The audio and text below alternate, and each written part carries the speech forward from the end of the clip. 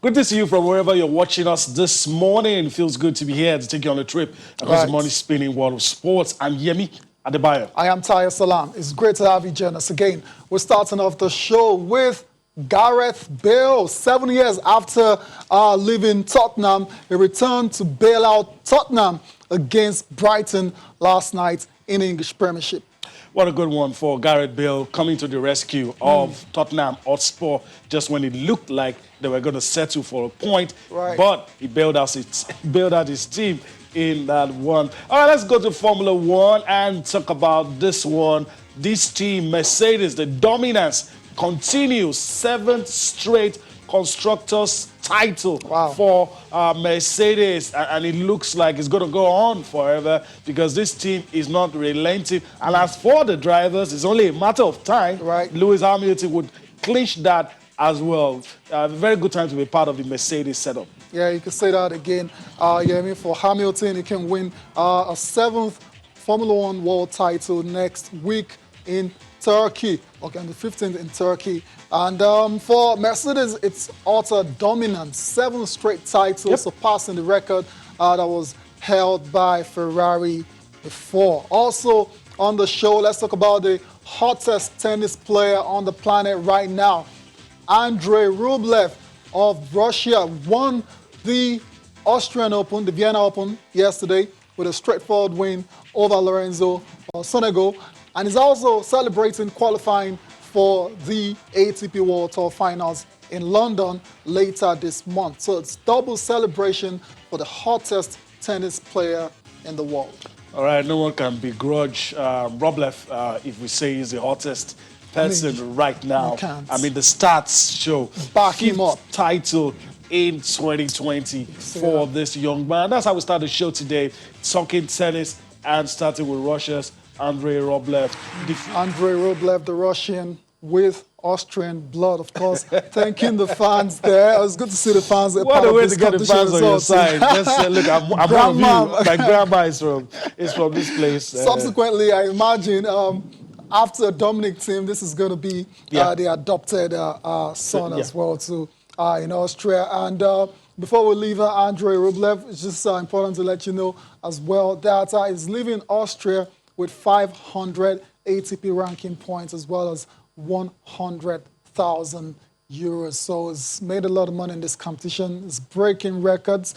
And let's just see what it looks like in terms of the leaderboard for ATP titles this season. Let's situate it properly so you can know how good Andrei Rublev has been this year. In comparison to others. Exactly. He's won 5 titles, like Yemi said at the start of the show. The closest to Rublev is world number 1, Novak Djokovic, who's on 4 titles. And there's also other players there as well, Christian Garin, Gael Monfils, Rafael Nadal, and Zverev. All of those guys I mentioned are on 2.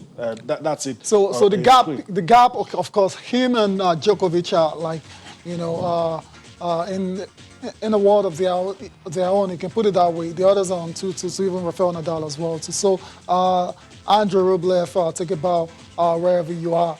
This morning is also the first Russian to win 5 ATP titles in a single season. The last person to do it was Nikolai Davydenko. Remember that name? I mean, that's one we grew up watching.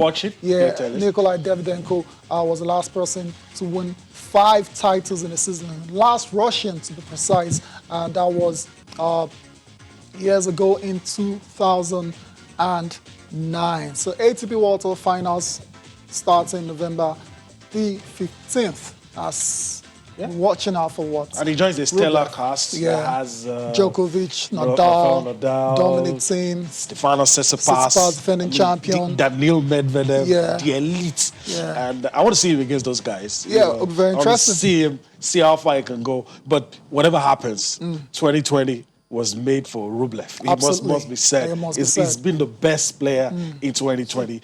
So I think we're done with tennis. Let's go on and talk about Formula One. Record breakers. I mean, record. What can we say about Mercedes? What can we say about their drivers always getting to the podium? How many races did they do 1 and 2? I can't even count, but very dominant performance from Mercedes. Lewis Hamilton not starting on pole, Nope. but that doesn't mean anything to Lewis Hamilton. He just finds a way to win the race. Sometimes I feel for Bottas, does a lot. Fourth pole in this season, yet he ends up That's where it losing is. the race. When But what an amazing driver Lewis has been. Yeah, that's why too bad for Bottas, because he's actually a very, very good driver as well. But when you have Hamilton as a teammate, it's going to be very difficult for you to win a lot of the times. In this particular race, that was the Imola Grand Prix, returning to that particular sport for the first time in 14 years. Hamilton didn't start on pole. That was Bottas. Started the race in second, got beat by Verstappen into third. Somehow, he found his way back to the front of the grid. And usually when Hamilton is in front, running from the front is very difficult to overtake. And ended up being a very comfortable victory for Hamilton. Of course, they had to deploy a virtual safety car as well too, after one of the drivers crashed out. And as soon as that started happening, I knew it was going to be only one winner on the day. Lewis Hamilton winning this 93rd Formula One race. So we've gone from equaling, breaking, now is extending. And if you look at it from the Mercedes angle, out of 13 races this year, they've won 11. That's remarkable. That's remarkable. And that's why Constructors Title, I mean, nobody's even talking about it. It's theirs It's a possession. already. It's theirs already. Yeah. And for the driver, like I said, it's only a matter of time. Yeah, It's not a matter of if, it's a matter of when. And Lewis is obviously going to win unless he stops racing this season, which is not going to happen anyway. Unless a disaster. A disaster of immense proportions happen. But I don't really see that. But I mean, congratulations to Mercedes, and they can keep the champagne on ice, knowing that Lewis is going to win very soon. I mean, they don't have to keep the champagne. They can celebrate this seventh straight I'm talking for the drivers' title. Of course. They'll win that as well. So probably next time out in Turkey. Here's the Constructors Titles in a row leaderboard for you. Like we said, it's now Mercedes taking away another record from Ferrari. Ferrari won 6 in a row between 1999 to 2004. Now Mercedes have done it from 2014 to 2022, of course. 7 straight. 7 straight. You also have McLaren and Red Bull on that list as well too. And it's very impressive for Mercedes because they've done it in just 11 seasons since returning to F1 as a team owner in 2010. That's just remarkable stuff. And congratulations to Mercedes. Of course, the overall Constructors Titles still belongs to Ferrari. Ferrari are miles. I mean, look at the gap, 16, 9, 8, 7, 7, 4. If in the last 10 years is what you started Formula One, you'll be forgiven to think that Mercedes is the best. But if you look at it overall, Ferrari they're struggling big is time synonymous to Formula One. But I agree that they're struggling. They're nowhere close to winning at all. Our Constructors title. Even though they have good cars, I hear that even Lewis Hamilton, who drives a Mercedes, has a Ferrari somewhere. Everybody has a Ferrari. And there's still people out there thinking this guy might actually end up a lot of people. Ferrari. A lot of people. He hasn't signed a new deal yet. There's no ink on that contract, so anything can happen. But all right, so that's it. Getting carried away with the celebrations there. I mean, you could see those guys doing amazing things. I mean, they're enjoying the moment. Yeah, they should enjoy it, especially the unsung heroes, those guys in the factory. I mean, those are the guys. This is their time to really shine. Hamilton will get his opportunity in a couple of weeks, definitely. Congratulations to Mercedes Constructors champions for the 7th straight time. Let's come back home now and talk about sports returning, contact sports. For a long time, we couldn't do any of that because of COVID-19. But it's back now officially. Handball and Premier handball League. becomes the first contact sport to stage a Incredible. return with the Handball Premier League that started on Friday. We've been covering this, and they told us before that, look, once everything is lifted, they're going to be ready. And true to their words, They were are ready. actually Yeah. ready. But let's just quickly take a look at this report put together on the return of contact sports, with handball in the front, being the first sport to make a return after the federal government lifted the restrictions on contact sports. The lifting of restriction on outdoor sporting activities, including football, is in line with earlier consultations with the Federal Ministry of Youth, Sports Development and the NCDC. However, this is limited to the actual sports itself, not with mass gatherings. The announcement for the reopening of contact sports by the Presidential Task Force on COVID-19 clears the barriers for competitions that lie in wait. The MKO Abiola National Stadium in Abuja becomes the first arena to host one of such competitions, the third edition of the National Handball Premier League. The arena, as usual, is empty, and the spectator stands yawning because fans are not allowed physical attendance in compliance with the government's order banning large gatherings. The league, which is traditionally a two-phase format, is restricted to a single format owing to the streamlined schedule caused by the COVID-19 outbreak. The Handball Federation of Nigeria mandates all clubs to provide evidence of diagnostic tests as contained in the COVID-19 Sports Code by the Ministry of Youth and Sports Development before participating. The health department is here. They are everywhere. We have a health department sitting in the hall. We have another one at the outdoor court. And they move around after the game. They move to the hostels to ensure that there are no health issues. Also, they try to observe that the distancing are also maintained in the hostels too. Before this championship, there was this circular to all teams to make their COVID tests available 3 days before the championship, which all of the teams have complied, and they've sent their results to the secretariat. As I'm talking to you, as of now, all cases are negative. We feel great, and I think the ministry was very, very serious about that. In receiving approvals, we had to they had to inspect our COVID-19 readiness. We also knew that it was something that needed to be done. And we're very happy. We have no problem being the guinea pig. We want to continue to do what we think is right and to continue to ensure that sport moves forward. So we're happy to be one of those that will be used as the guinea pig especially for contact sports. The success of the Handball Premier League with respect to adherence to health and safety protocols could determine the fate of other contact sports where large gatherings are wholly required.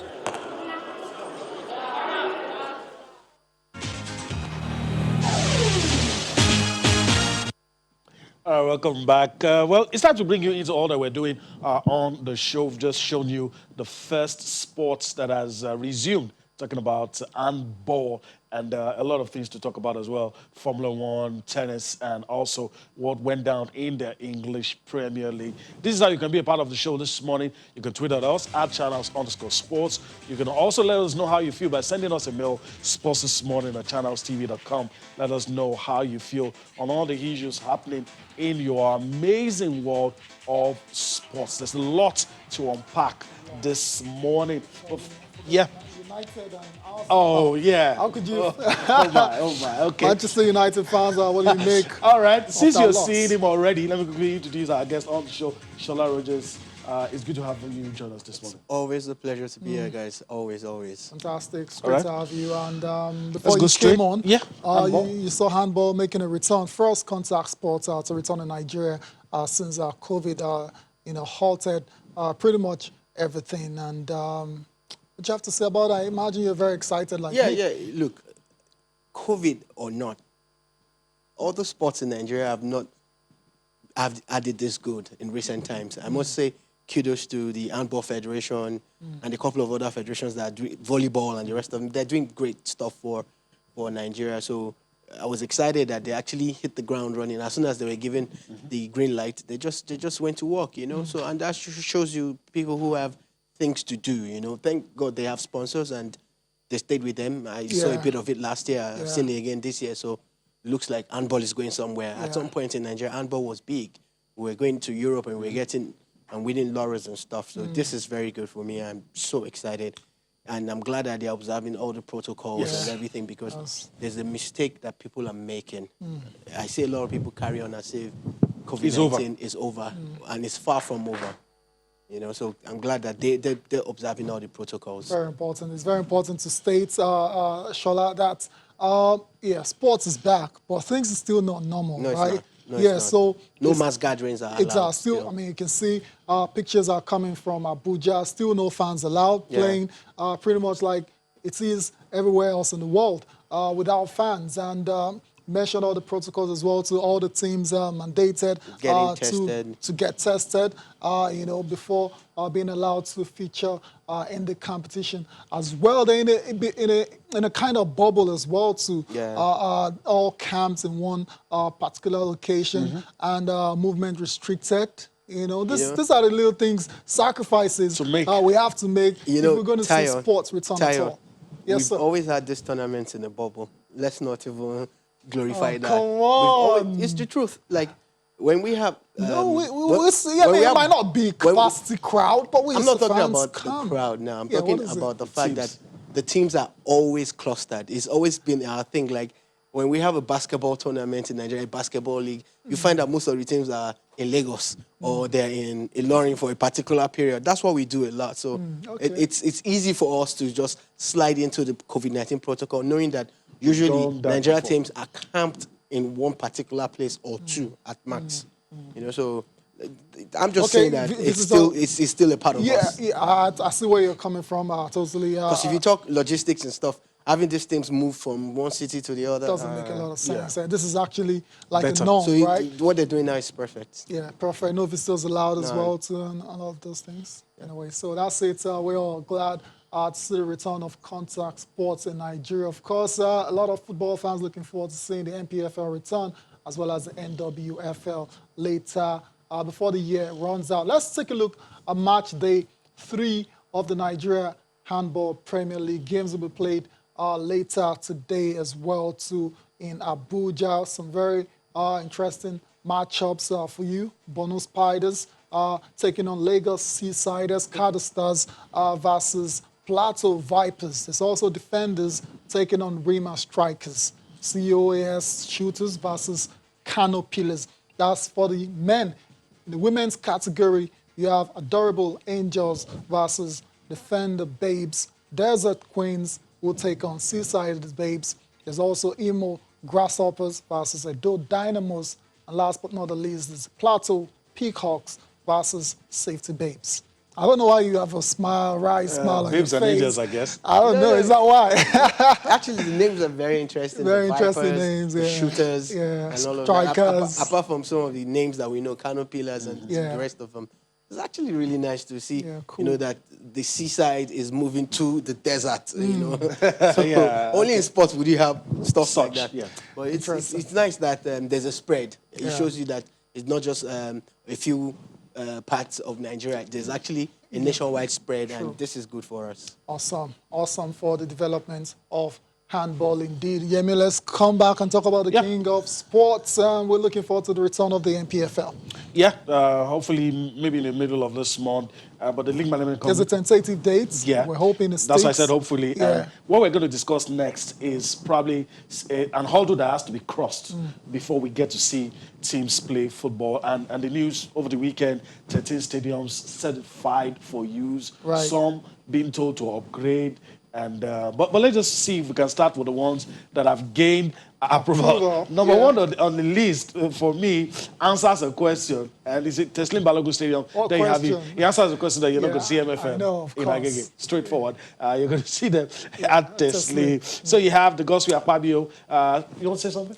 why would Agege not be approved? Agege hosted Africa a couple of months ago. CAF champions. So I don't know. That's a question for the inspectors. Did something go wrong? Something probably has gone wrong. Agege was upgraded by Lagos State government. Lagos itself. Yes, and it hosted Africa. It hosted a CAF competition. So I don't know why Agege is not approved. You don't get that, right? I don't, but anyways. And I know that Teslim was under upgrade. That means they must have finished the Completed, surfacing right. of the main bowl. All right, so you had the gospel at Akpabio Stadium as well in Uyo, Samuel Ogbemudia Stadium in Benin. The world-class Samuel Ogbemudia. Yeah, okay. It looks good. Just seeing the pictures. Stephen Keshi Stadium as well. Saba, right? You know, you have the Okige Township Stadium, Adoke Abesi Maka Stadium. PH. I'm just trying to run through all of this. So that Abubakar Tafawa Balewa Belia Stadium in Bauchi. Pantani Stadium, Apaaku Stadium, Amadu Bello Stadium, Aiba Stadium in Aba, Muhammadu Diko Stadium, and Ilori Township Stadium. So these 13, whichever clubs that want to play in those places, they've got the all clear side. And I don't think you have any issues with any of this. You know, although it will be our personal opinion anyway. Maybe this should have even happened a couple of years ago. Because you know that there's an inspection committee in place. They go around pre-season and approve stadiums. Most times, all of then them when the season starts, you see the top of some stadiums like, who approved this Who one? saw this one and said it's okay? You know, so now that there's a limited field and we have the ones listed for upgrade here on the screen, now that there's a limited field, it means that this 13 must be the best that we have. That's it. Logically. So we don't want to see pictures or videos from any of those stadiums looking funny. Yeah. We don't. You know, we don't. Especially after getting approval. Especially after we're saying the stadium you talked about, Agege Stadium, is on the stadiums that needs to be upgraded before we need to understand. Maybe the turf, I don't know. Yeah, something must be wrong somewhere. Because there must be something wrong But in terms somewhere. of other facilities, because I know in terms of every other thing was the locker rooms, everything was Serious upgraded. And Ifeanyi Uba as well too, stadium needs to be upgraded if they want to be a part of this competition. Nnamdi Azikiwe Stadium as well. Are you surprised to see them not in full compliance? To be honest, because we didn't go on this tour with them. Stadium. I like to say these people know what they're saying. They know what they're doing, but maybe they should have shed more light, especially with the ones that we're very, very sure of, Agege and the rest of them. Okay. But look, all these stadiums, we've been to a couple of them. They actually do. They shouldn't even be hosting league games in the first place. Some of them shouldn't be hosting But this is, league games. I mean, I think this is It's a good one. Yeah, It's a good one. Yeah, if they stick to this, right? Stick to it, you know. Very important. And you know, most of the if you stadiums tell are us a stadium government-owned. needs upgrade, we don't expect the league to start and you say we give it 2 months. Yeah, if to it's not upgrade. good, if it's not Don't good, use it. Don't use it. Until Yeah, they're that's the ready. beauty of it. You would go to the nearest approved stadium. Straight up. Which also reduces logistic cost for most of the other clubs, which means that there'll probably be 2 or 3 clubs based in one particular city. Or you play there, You maybe know? you stay there 2 weeks, play your matches. You play all your home games there. No, I'm talking of the visiting teams anyway. Yeah, so they might end up playing 1 or 2 if teams. 3 teams are usually a stadium, you probably stay there a couple of times. Anyways, We'll leave it at that. So we'll leave it at Maybe that. some information, like Shola said, I think I'm on the same page with you as well. Maybe, I mean, Yeah, like just a little bit of- breakdown. It's always good to say, at Agege This was Stadium, the reason, the that was turf the reason. is not good This is enough. what is wrong. Oh, there's an issue with the drainage, or Yeah, something. they've just At decided the not to- Warri Stadium, the stands are not good, or blah blah blah. I'm just saying that it would be nice for us to have more information. A little bit of that. You're making a lot of sense. A lot of people have not seen a lot of the stadiums. But for example, we've seen the Jos and the new Jos Stadium. We've seen, we're like, nah, this shouldn't even be hosting matches in the first place. So it's good to see the LNC. It's strange that there's new attached to the name. Yeah, but it's not ready. Yeah, they're working on it. All right. Let's leave home now. We leave it at that. Yeah, we leave it at that. Hopefully, the things coming on later will be things that we'll smile about. So, tentative date fixed for the resumption of the league. Hopefully, there won't be any further shift and postponement. So, Taya, let's go to England. And let's stick with Sunday. A lot of things happen on Friday and Saturday, but we'll stick with Sunday. Let's take a look at the results. Matches played on Sunday. 4 amazing games. I Starting don't even know where to start. with the derby between Aston Villa and Southampton. 4-0 cruising. James Ward-Prowse channeling his inner David Beckham. 2 free kicks. Free kick after free kick. You know.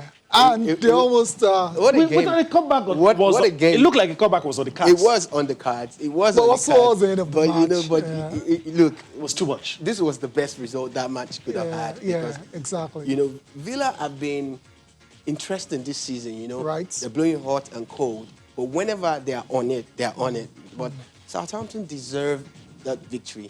They did everything that they could. It was a game that, you know, I had to go back, watch the highlights again. I'm like, you probably would want to change the name and maybe put Man City versus Liverpool or something. That is the quality of what we saw in that game. Great game, back-to-back defeats, unfortunately, for Aston Villa after starting the season. You know, Like a house on fire. Exactly. You know, they kind of doused the fire now. As the Premier League for you, Newcastle 2-1 over Everton. Callum Everton Wilson. back-to-back defeats as well. You know, Sold it to the ref. What we- and he bought it. what we that need, penalty. that penalty, very, very questionable. But you see, let's not take the shine off Newcastle. Let's not do that. We all know that agree. Everton was at the top of the league for a couple of weeks and they've done a whole lot of stuff, right? But Newcastle, 2-1. It's not a mean. No, it's not. It's not a Not at small all. thing at all. It's not a small thing. It's a big deal. And they also played well.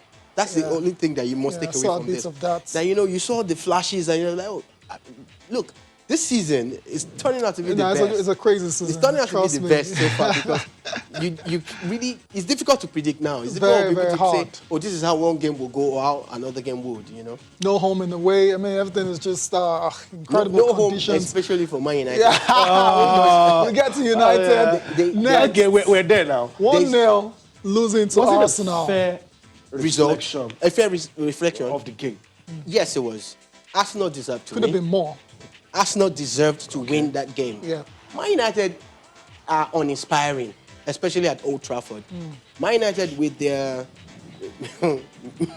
mismatch of stars. I don't know if you can allow me to play the devil's advocate. He put out a team that a lot of people would have wanted to see. I mean, all the players. All the star players were Yeah, all but there. that's- I don't- apart from Van de Beek. Let's check this out. Okay. Let's check this out. Why did you get Telles in the first place? If he's not going to play. Why did you get Van de Beek? if Yeah, he's not Telles gonna has play? got COVID, so yeah, Oh, understandable. he's got COVID now. Yeah. Okay, after that game. Okay, fine. What I'm basically trying to say is that you know the places where you are falling short of. You got a few players in and they're not playing. That's one. Van de Beek, number one. Cavani is world class. If Cavani is not starting for you at this stage, maybe you're trying to ease him in. Yeah. Don't wait for too long before you bring him on. You get? But what people fail to realize is that they played against the team that has, so far, the best defense in the Premier League. Right. The Arsenal team are Considered just very 7. stingy at Yeah. the back. They're not letting in goals. They're tight. And people start to wonder, oh, who are the people they have? It doesn't matter who Arsenal puts up. Arsenal has a very tight back 4 or back 5 or back 3, as the case may be. Great Because system they're always as well. changing from a 3-4-3 at times to a 4-4-2 or a 4-3-3. But regardless, that game showed you that Arteta had his hands on the game as against Ole Gunnar Solskjaer, yeah. who is still a learner. Incredible. And it's sad that Arteta came after him. Yeah, I mean, you get. But you see, that's what it is. If you're quality, you're quality. Solskjaer might come good, would eventually come good, but not I'd say now. for sure. You get. This is because if you take a look at it, the coach that they sacked for him has taken his team Yeah. to the top of the league. They're second now. Second, yeah. They're second, and the guy who's got a better team in quote on Oh, paper yeah, great squad. is struggling. Yeah. At home, you've lost and only played draws. All the London teams have come to England, to Manchester, and have taken something out. Shola, I know we can let you go on and on the situation at Old Trafford, but before we let you continue, let's get the post-match thoughts of the two managers, Mikel Arteta, of course, will be delighted, and Ole Gunnar Solskjaer, definitely the disappointed one. 14 years is a long time without winning here. It's one of our rivals. So I'm delighted as well for everyone. Added pressure because he knew how crucial it was for us to win here today and how important that moment was. But I think he took it really well. I'm really happy for him. Prepared them for a big game because Arsenal is always a big game. Sometimes it's hard to pick up where you left because that's not how it works in football. Everyone wanted to do well, of course, just couldn't get going. I think home or away doesn't really matter now because of the crowds or absence of crowd, and there's no fans in there. Of course, they would have helped. I think. I don't think it's a mental thing. I think it's quality of opposition as well at times. You know, you're playing against good teams here, and there's marginal decisions that give you a win or a loss. And today we lost on a soft penalty. Pogba giving away that penalty, according to Ole Gunnar Solskjaer, says it's a soft penalty. It's a penalty. Well, that's soft. There's no argument about it. It is a penalty. Even He Pogba's mentioned in the Nemanja Vidic situation as well that could have been a penalty. Could have been a penalty. Vidic? Yeah, well, I think it was brought down because he alluded to that as well. This man has gone 10 years back. This is sorry. Oh, sorry. I wanted to say the other guy from same country, Matic. Sorry. I get you. I just wanted Just play with you. I know. But could it have been a penalty? United fans will be happy if they had someone like Vidic right now. Come on. Let's leave all the drama aside. Yeah. Soft penalty, hard penalty. There's penalty in there. Okay. It is a penalty. Pogba's reaction also showed you that he knew that he shouldn't have done. And he held his hands up after the game as well. So forget it. It was a penalty. Arsenal deserved to get a penalty. Aubameyang slotted. It was a good game. Yep. And people should just look at these games and look at it without sentiment and say, do you really think that Arsenal didn't deserve? Look at Bukayo Saka. Just check out that team. The Arsenal team was Thomas Partey. Partey finally came, to the party. Yeah. You see what I did there, right? I see. Partey I was even surprised when I didn't see Ceballos, I didn't see Granit Xhaka. Oh, did you miss any of those people? I didn't. Look at Gabriel. Oh, what a play. Slotted nicely. Arsenal looking so assured behind. Arsenal played better than Man United. I agree. And they won. So what is home advantage, away advantage story? First win for Arsenal in like a million years. United since at Old Trafford. Yeah, remember the game they won where Emmanuel Adebayo was on the score sheet on that day. Ages ago. And United have just got 7 points from 6 games now. That's not good enough. And they're wallowing in the relegation zone. 15th on the log or thereabouts. Yes, not relegation zone. Before we leave United and Arsenal, let's 1-0 to the Arsenal. Let's talk about. Let me just give you a few tweets that we have. United fans are obviously reacting to that loss. Okunora, we have your message. You're saying Manchester United's diamond midfield performance was poor, while Arsenal's silver midfield.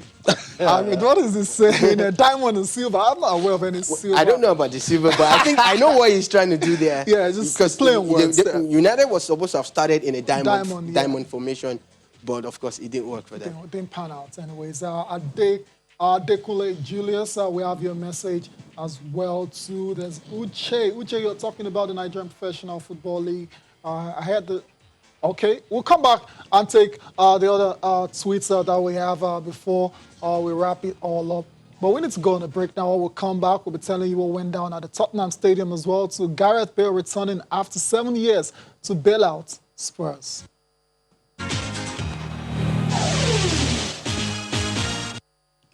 You're welcome back to Channel Sport this morning. Let's take a look at what went down at the Tottenham Stadium yesterday. Gareth Bale, since his return to, no longer White Hart Lane, to Tottenham, got his first goal against Brighton. That match was looking like could just peter out into a draw.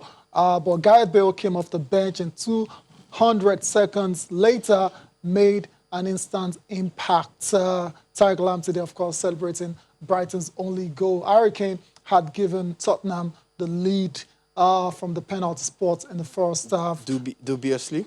Yeah, I mean, that's very soft penalty, but you think what you just said? In Harry Kane's own case, it seems to be the favorite boy of the media. They never say anything that he does that is wrong. But I feel that then someone actually compiled a couple of videos of the way he always goes under defenders and brings them down. Yeah, and selling the he's fouls. actually not a good guy. He's been doing this thing and he's been getting away with it.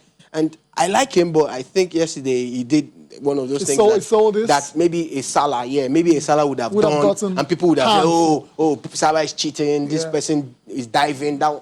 But we can't get away with Blue Mother. No, I can't. You're harsh. I was glad Think with you're harsh. I was glad with the Brighton goal. It was well deserved. But there was a foul in the build-up as well. So where do we? Well, I didn't see the foul. You didn't see the foul. Even the referee went to the VAR. I don't know. I don't know. I didn't see the foul. That was a clear foul during the build-up. Did the referee see the foul? Højbjerg was fouled clearly. Did the referee see the foul? Didn't see it as well. All right, so we didn't even see with the the foul. aid of technology. So nobody saw the foul, All right? right then. So Tayo, it was going that way until a goal that was made in Spain just popped Tell up, us about it. Reguilón down the flanks, just being who he is.